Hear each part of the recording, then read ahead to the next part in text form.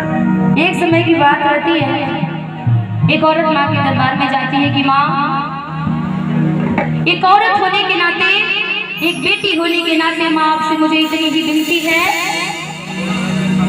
कि माँ एक बेटी हूँ मैं, एक औरत हूँ मैं, मुझे दो दो घरों को संभालना होता है माँ। जब मैं मायके रहूँ तो मेरे माँ बाप को, मेरे भाई बहन को संभालना, और जब मैं ससुराल जाऊँ तो मेरे सास ससुर को सलामत रखना, मेरे देवर को सलामत रखना, मेरी ननद को सलामत रखना।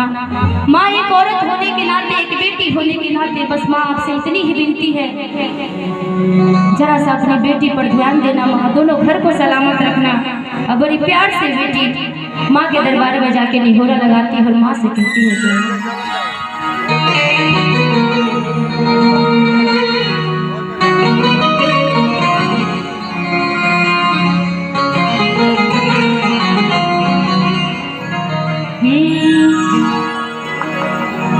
कि सुरबान साजबा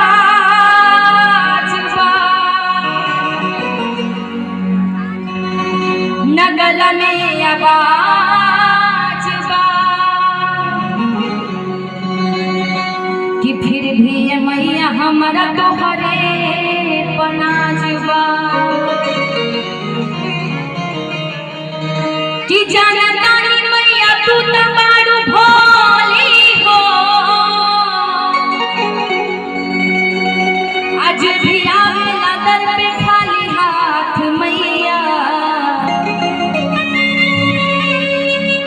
तू भरेलू सबके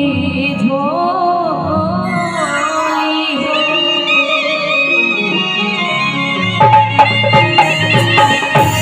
माँ से बेटी बस इतना ही विनती करती है कि माँ तुम भी एक माँ हो,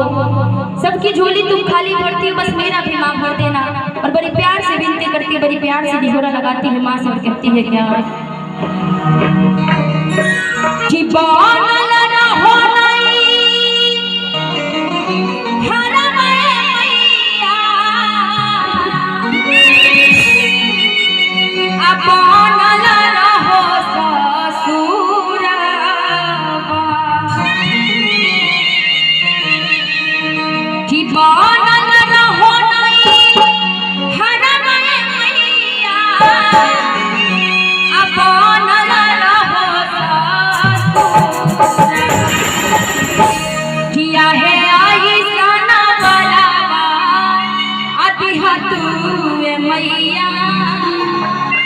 बहुत अच्छा लगता है तब जब हमारे साथ मेरे जनता भी गाते हैं। और यहाँ पे उपस्थित हमारे जितनी भी महिलाएं हैं, जितने भी हमारे मातागण हैं, भाई लोग, सभी लोग गा रहे हैं इस गाने को। तो मैं चाहूँगी कि थोड़ी देर की दो गाने की बस हम स्वागत करेंगे, उसके बाद से फिर और भी कलाकार आएंगे। तो जब तक माँ का जागरण करेंगे थोड़ा सा आप लोग मेरे साथ ताली बजा, गा रहे हैं थोड़ा सा ताली बजा करके प्रेम से बोलिए सच्चे दरबार की। और कहना है क्या कि बनल रहो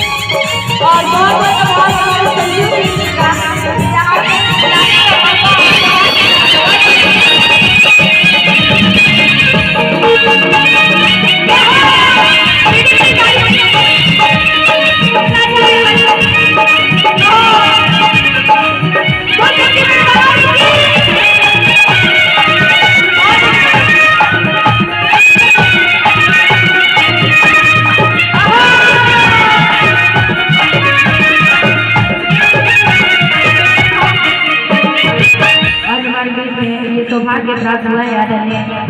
संजीव जी के माध्यम से हजारों हजार का इनाम, लाखों लाख का इनाम हमारे बीच में ये माँ का आशीर्वाद प्यार है कि जिनकी जो भी हमारे साथ 150 के इनाम चाहे जो भी 5000 के इनाम देते, माँ इनके ऐसे भंडारे को भरे रहे और आप ऐसे हमेशा आजीवन हंसते रहे। जितना अच्छा मुस्कान है आपकी, ऐसे हंसते रहिए, मुस्कुराते रहिए। आहे आई सना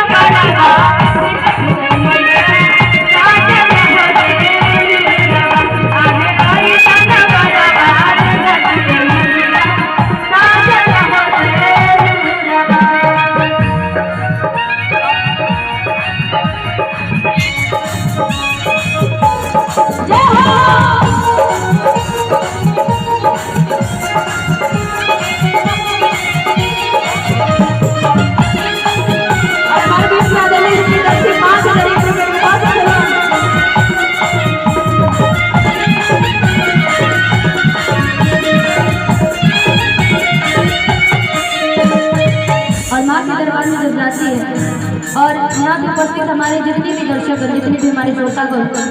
संजीव जी के माध्यम से उपस्थित है, जिनके तरफ से ये पैसे इनाम आ रहे हैं मेरे लिए उनका आशीर्वाद है, क्योंकि निशा के मन में ना ही स्टार बनने का ख्वाब है, ना ही मुझे कुछ बनना है। और आप सबको भी पता होगा कि मुझे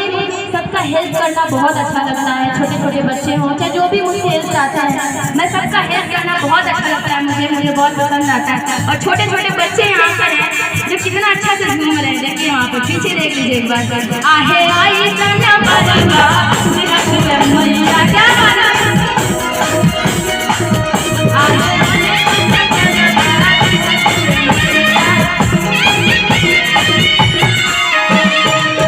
हवा में ले बाने पूजा रखे थारिया अब होते आई जाए निकल तो हरिया